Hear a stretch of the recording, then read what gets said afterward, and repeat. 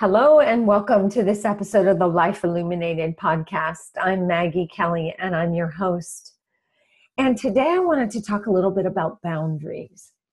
And by boundaries, I mean the ability to say what we want to say or say what we need to say or do what we need to do to take care of ourselves in a way that, I guess, compassionate boundaries, right? So that we can take care of the other person as well, but more importantly, take care of ourselves. And the reason why I want to talk about this is because it seems like in the last few weeks that I've been challenged to really look at my own boundaries in certain situations. And one particular episode was with a friend. We're not really close friends, but we're friends and we have friends in common. And she had asked several weeks ago if her husband could stay here for a week in my beautiful little cottage in the orchard while she and her two children went ahead on to the vacation that they were all going to have, and he would ultimately join them a week later. And I said, well, sure. And she paid me, and that was the plan, and I fully anticipated them or him showing up. And I get a phone call about an hour before he was to show up from her. And I said, where are you? Because my understanding was this was a road trip that she and her kids were going to go on, and her husband would be joining her. And she said, oh, well, we've had a little bit of a change of plans, and we've decided that we're going to stay in town with my husband, and then we're all going to go on our vacation together. And I'm like, oh, okay. And I fully intended her to say next that she needed to stay somewhere else because it was going to be the four of them. And my place literally fits two people and not any more than that. But instead, what she said was, I'm sure you don't mind that all four of us are going to come and stay with you for the week. Like it was a done deal that, it wasn't even a question. And of course, the mere fact that she called an hour before he was supposed to be here on his own to let me know all four of them were coming was enough for me to understand that this was not something I was going to have a choice in, at least as far as she was concerned. And what's interesting was that inside of the conversation, I actually heard myself and stopped myself and thought ahead for a very, very first time probably inside of a conversation when somebody wanted something from me that I honestly felt didn't work for me. I actually said, you know what, this doesn't work for me. I run a business from my home. The little guest house doesn't serve four people. My clients are coming and going from my meditation community all day long. The dogs are in and out all day long to accommodate the clients. And it won't serve me or my business to have four of you coming and going as well, and me having to worry about the dogs and my clients and everything else. And what I heard myself say was, no, in a very compassionate way. And that I understood in the moment that this wasn't going to work for me. And you know what, in the past, I would have said yes, just to appease her, or just so that it would have kept the peace, because that's who I am. Like, let's keep the peace at all costs, even if it means it doesn't work for me or it isn't a good thing for me. I'll just do it anyway, just to not make waves. And what I noticed this time was that I was able to say what there was for me to say in the moment. And it's interesting because I think it caught her off guard. I think that she truly and honestly thought that I was going to say, oh, okay, fine, come on over, without batting an eye. And when I said, no, this isn't going to work for me, she proceeded to try and change my mind and honestly manipulate me into saying yes. but I didn't fall for it, which is so new for me. So what I mean by boundaries is not not saying no, like no way, and it can't happen that way, but being mindful to take care of that other person in the process of holding firm with what's important to you. And I think in the past, I was not very strong at this particular thing because I had an underlying conversation inside of myself that said on an ongoing basis, you need to keep the peace. You need to keep the relationship going. They're going to say something if you say no. Um, they're not going to like you if you say no. Just accommodate their request and make it happen and be nice. And, all of those conversations were underneath for me all the time. And I think I lived from a place of certainly people pleasing, and if I look in my life and I look at my past relationships, in even my romantic relationships, my relationships with my kids, my relationships with some clients, I see a pattern of my behavior from the past that was very much run by old conversations or inherited conversations that I need to do it your way, my way doesn't matter, or that I'm not good enough, or I don't deserve, or I'm not important, or what I have to say isn't important. And what I noticed in this particular episode that I'm describing to you is a completely different person came to this particular conversation. And I was able to nicely but firmly say, that won't work for me, for you to show up here with your family of 4 and stay at my house for a week. That was not the plan. That was not my intention. That was not what I was told was going to happen. And as flexible as I'd like to be, it won't work for me to do it any other way than we originally agreed to have it work. And hopefully I left that relationship intact. I don't know. But that's the other piece. I did stand up for myself. I did not bend, but I also was not unkind. I was compassionate and loving, and hopefully left the relationship intact and her having been taken care of, at least in that regard. And the other thing I noticed about that particular incident is that in the middle of her continuing to push me and trying to have me change my mind, what I stopped and said to her was, it isn't really fair of you to call me an hour before your husband is supposed to show up for an agreed upon stay at my house and tell me that your entire family is coming to stay an hour before. And that stopped her dead in her tracks. I mean, it was just like utter silence on the other end.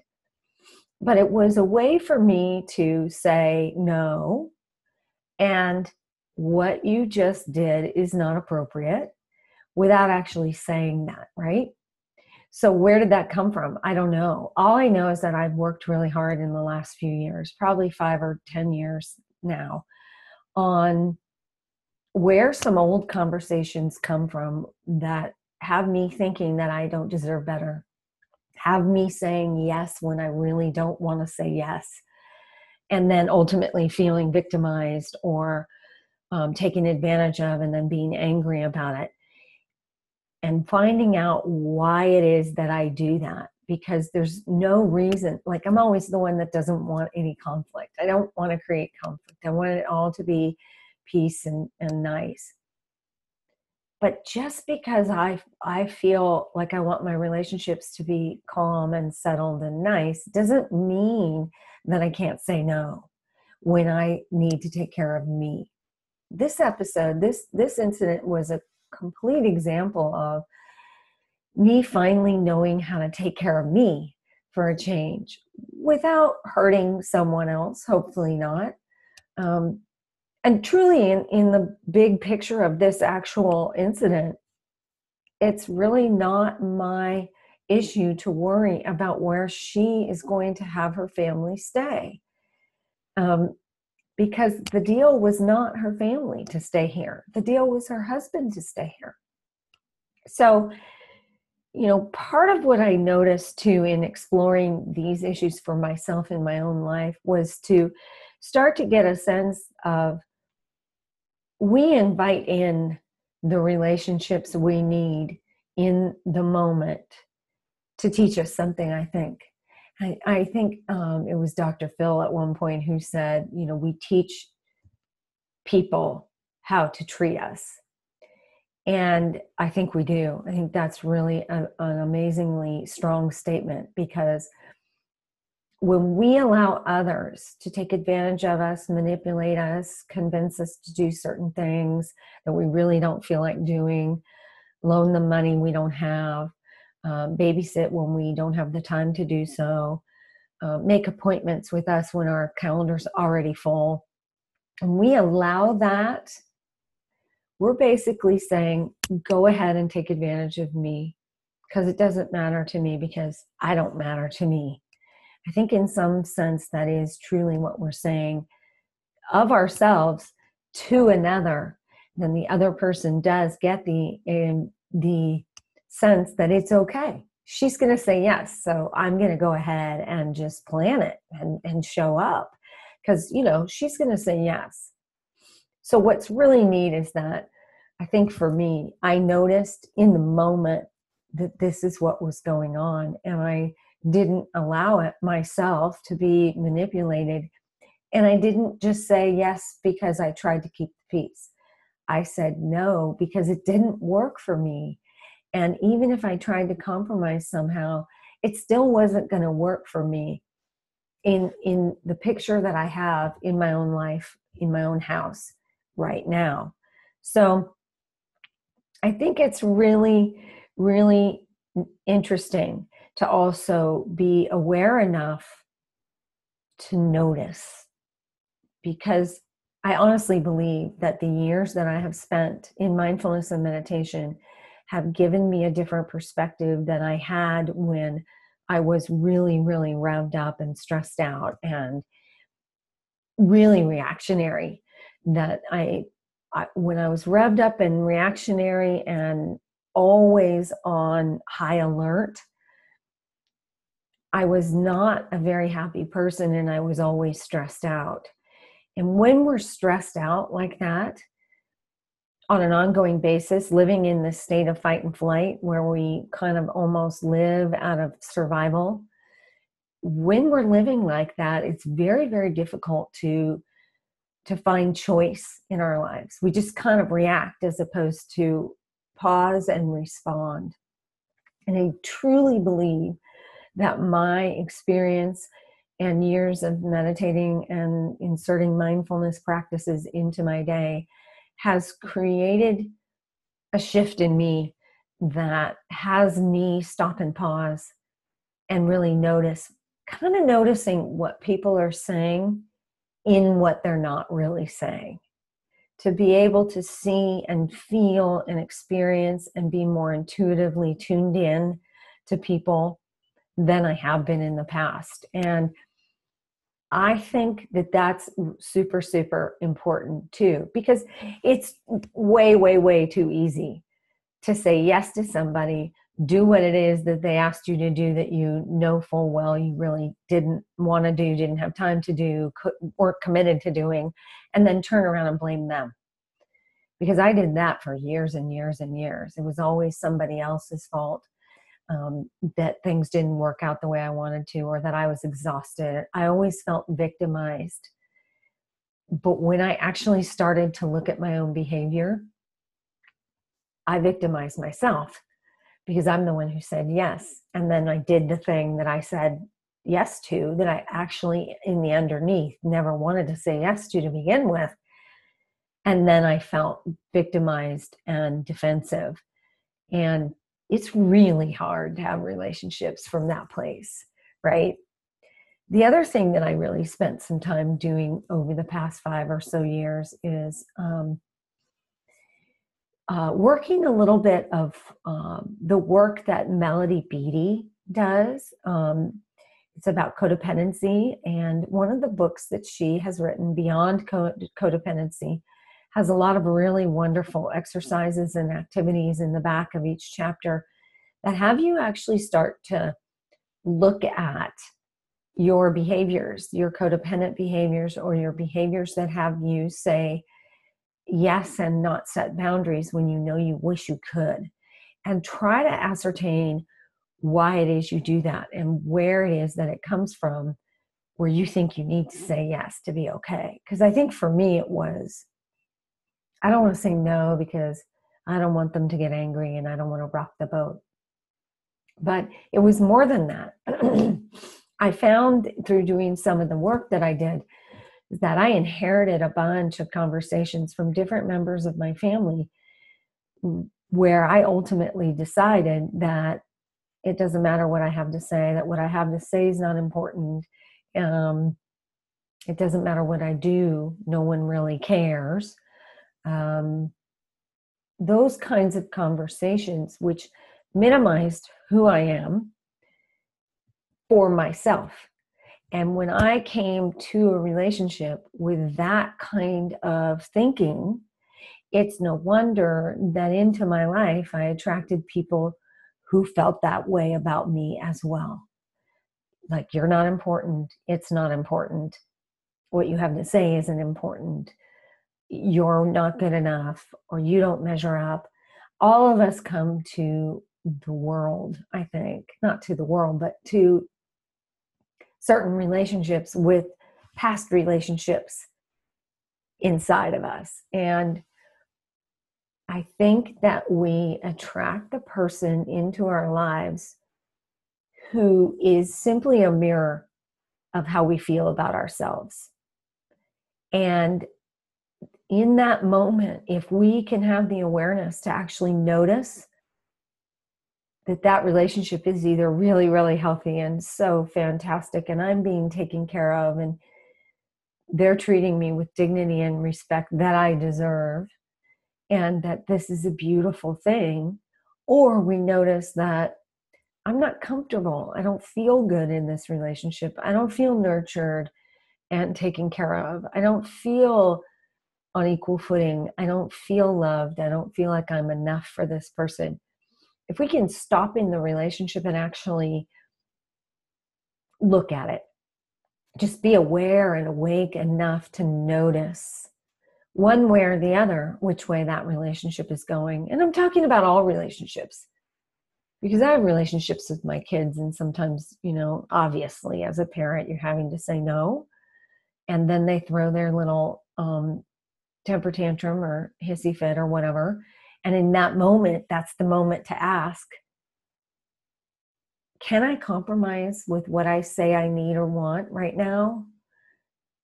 Or is this something that is a boundary that I won't let be eroded? And this is the way it's going to be, and hold my ground and stand my ground and continue to hold a boundary that's firm and loving. And so that's the other piece, right? I don't want to set boundaries that have me feeling like I've hurt the other person or left the other person in the lurch, or, was uncompromising or unbending. So to be able to have compassionate boundaries, I think is the thing that I really strive for. A boundary that says, I care about myself, I care about what I need, I care about what is important to me and where I am in this moment, but I also care about you and how important this might be to you. And can I put a little gray area on this boundary of my own to help accommodate you? Or is this one of those boundaries where there just honestly isn't a gray area that makes sense? So I think it's super important too to take a look at some of the conversations that you might have inherited in your life from other family members. Like, if you stop for a moment, just close your eyes and just start to think about some of the conversations that keep coming up and resonating with you, Are they repetitive conversations that resonate with you? Like, is this the same thought you've had over and over and over again? Like, I'm not good enough, or I'll never fit, or um, I'll never measure up, or I should just be quiet. Are those just conversations that come up again and again for you? Or and if they are, that would be the time where I would ask myself, where did I get this conversation? What is the story attached to this conversation that has me believing this conversation? Because it's a dangerous place to be, inside of your head, believing your own thinking, unless you check it out with someone else, or unless you are able to acknowledge it with somebody else and try to figure out whether or not you just made that up, or if it's really, really true. So when you're having doubts, self-doubts, critical thoughts of yourself, judgmental thoughts, stop for a moment, insert the pause, and ask yourself, is this true? Is this really the case? Or did I make this up? So that's, those are some of the tips that I have for today. And, the incident with my friend, I honestly got off the phone and I was like, good job. You did a good job with that. Hopefully I didn't leave her angry. I'm sure she was upset that she didn't get what she wanted, but that's not on me. What's on me is to be responsible for taking care of me, and for saying no when I mean no, and for saying no in a kind enough way that also takes care of the relationship and the other person. It doesn't leave somebody feeling bad about themselves for having asked. So, and being able to recognize if there's a little bit of give that you can have with the other person, and in giving to them a little piece of your boundary is okay too.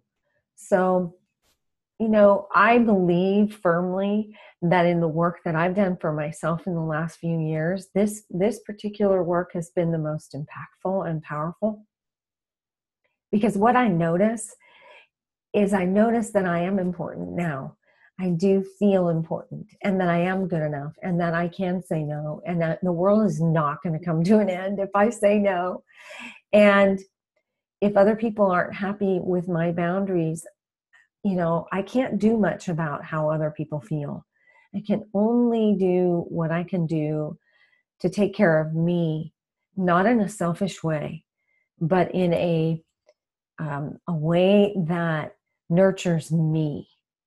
And in nurturing me, then I feel better about myself all the time. And then I can express myself more clearly also. So just give it a shot.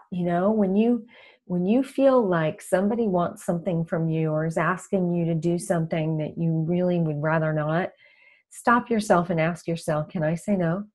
And if I say no, will it be okay? Will I be okay? Because I can guarantee you'll be okay if you say no. Right? There's that saying that says, no is a complete sentence. And it is, I was just having that conversation with my daughter too the other day. It's like, it's okay to say no. It's really okay to just say no, and you don't have to explain yourself. You really don't. Anyway, I hope you've enjoyed this episode of the Life Illuminated podcast. I'm Maggie Kelly, your host. And if you'd love to get a hold of me, you can do so by visiting my website at www.satsanghouse.net. That's www.satsanghouse.net. Or feel free to download this episode and rate it and review it and subscribe so that you're notified every Thursday when we publish another episode of the Life Illuminated podcast. And until then, here's to living a life illuminated. Take care. Have a beautiful week.